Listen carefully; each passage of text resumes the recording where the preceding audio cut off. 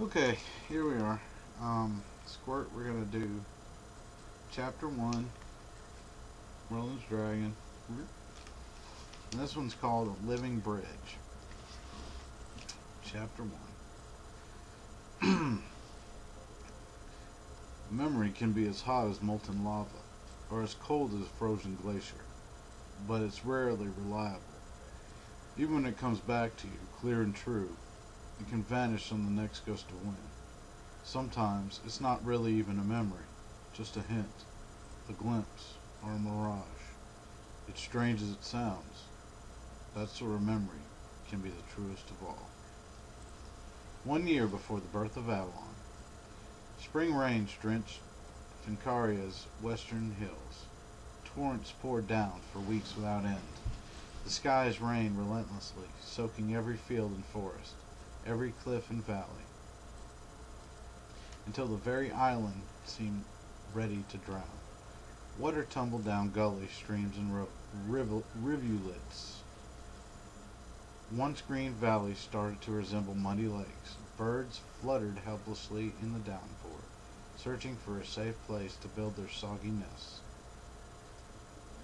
What became of smaller, more delicate creatures?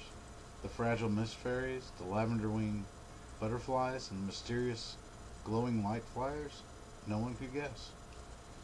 So powerful was the ongoing storms that the giants' ancient city of Varigel, nested high in the hills, flooded completely.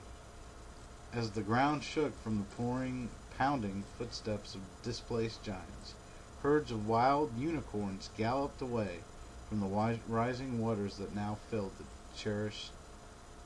their cherished glades. Spirited men and women who lived in the town of the bards, so recently restored after the brutal reign of King Stangmar, tried to organize a water-themed opera, but even the most passionate performers finally gave up when the whole stage, together with a good part of the town, washed away. Even the immense white spider known as the Grand Usul, not Usul, Elsu, Elusa, you figure it out, was forced to abandon her underground cave. Now we'll say Ulsa was forced to abandon her underground cave that glowed with magical crystals. The river unceasing swelled, rising higher than anyone could remember. Waves rolled down the river channel, ripping out trees by their roots, rolling along boulders, carrying the remains of bridges and fisher people's huts, along with a few young giants who whooped with delight at the exciting ride. The muddy waters raced seaward, toward the shores of the Speaking Shells, the spot where, not long before, someone called Merlin had washed ashore. The little green egg, swept up in the flood, rolled far downriver. By the time the flood waters finally diminished, it had traveled many leagues from the place where the baby dragons had been slaughtered. At last it came to a stop in the tangled grasses, under a rowan tree whose graceful branches still sagged from all the rains. Just as the egg ceased rolling away, a gray-streaked river otter spied it, sensing that it was indeed an egg. The old otter scampered over, anticipating a small but tasty meal. His long whiskers quivered with excitement. In the days of theft, murder, and gathering armies, when an invasion by the wicked warlord from the spirit realm, Rada Gwar, had grown increasingly likely. Any morsel of food were highly prized. Just as he grabbed the egg in his furry paws, a falcon shrieked and plunged from the sky. The otter spun around, losing his balance and dropping the egg. He rolled down the slippery bank, landing in water. 2 seconds later he lifted his face above the surface, just in time to see the falcon rising swiftly skyward, talons clutching the precious egg. Westward flew the falcon, over the enchanted trees of Derma Wood. She sailed just above the branches of the forest's tallest trees, the ancient oak Erbasa, where the young woman Rhea, famous for her ability to talk with trees, rivers, and even living stones, had made her home. Without warning, one of those gnarled branches lashed out, clawing at the falcon's wing. She screeched angrily, nearly dropping the egg, but she held on, beating her wings furiously to gain altitude. As she flew off, the oaken branch swiped at the air, crackling in frustration. Veering south to avoid the forest, the falcon rounded the coast of Fincaria, then flew over the lost homeland of the treelings, strange people who live now only in legends. Ahead, across the water, she spied the long, rugged peninsula whose cliff held her nest. She clucked with glee. Nearly home now, she'd soon be feeding the eggs to her brood, just her young'uns, of hungry chicks, 5 of them to be exact, always crowded in her nests upon the ledge, always squawking at each other and always hungry. All that remained of her journey was the simple crossing of the channel that divided her peninsula from the main island. She'd done it hundreds of times before with ease. Nothing could interrupt her flight now. Even when ocean currents rolled the waters of the channel, no waves could reach as high as that cursed branch. Glancing down at the channel, she noticed something odd.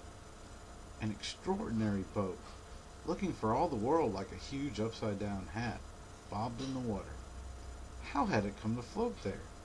If some giant had tossed his enormous hat in the sea, he was nowhere in sight now. The bird noticed that the great vessel was drifting towards an immense wall of waves that bordered the only island in the channel, a place so remote and hostile that it was called the Forgotten Island. Here, as every seabird knew, no people had walked for centuries, for the island's sheer cliff held untold dangers and many mysteries, including the truth of why Fincaria men and women had lost their wings long ago. Battered by the churning wall of waves, the floating hat started breaking apart.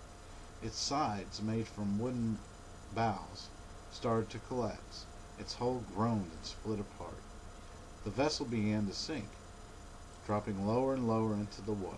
Suddenly the falcon heard a terrible shrieking sound.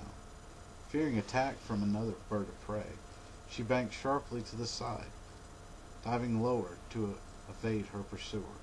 At once she realized her mistake. The sound was coming not from above, but from below, and it wasn't the sound of any bird. No, it came from children. Human children. Above the din of bustling boughs and splintering wood, many children wailed in fear. They climbed out of the rupturing bowl of the hat into the rim, trying desperately to cling to wood rope each other. Anything that might float. Many of them toppled into the sea, shouting in terror as they fought to keep their heads above water. As a mother herself, the falcon shuddered at this ghastly scene. Yet she couldn't do anything to help. All she could do was continue her flight across the channel, bearing some food for her own children. She beat her wings faster, squeezing the green egg in her talons. Just then another strange sight caught her eye. This one so astonishing she almost dropped the egg. With all her concentration, she peered at the water below to make sure it wasn't an illusion. But no, this was real. Merfolk! From far beneath the waves, their sleek, glistening forms broke the surface.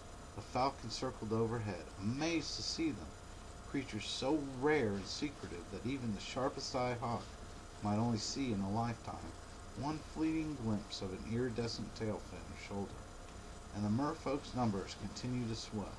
Several of them appeared, then dozens more, rising out of the deepest sea. Here, a scarlet-scaled torso twirled, flashing bright.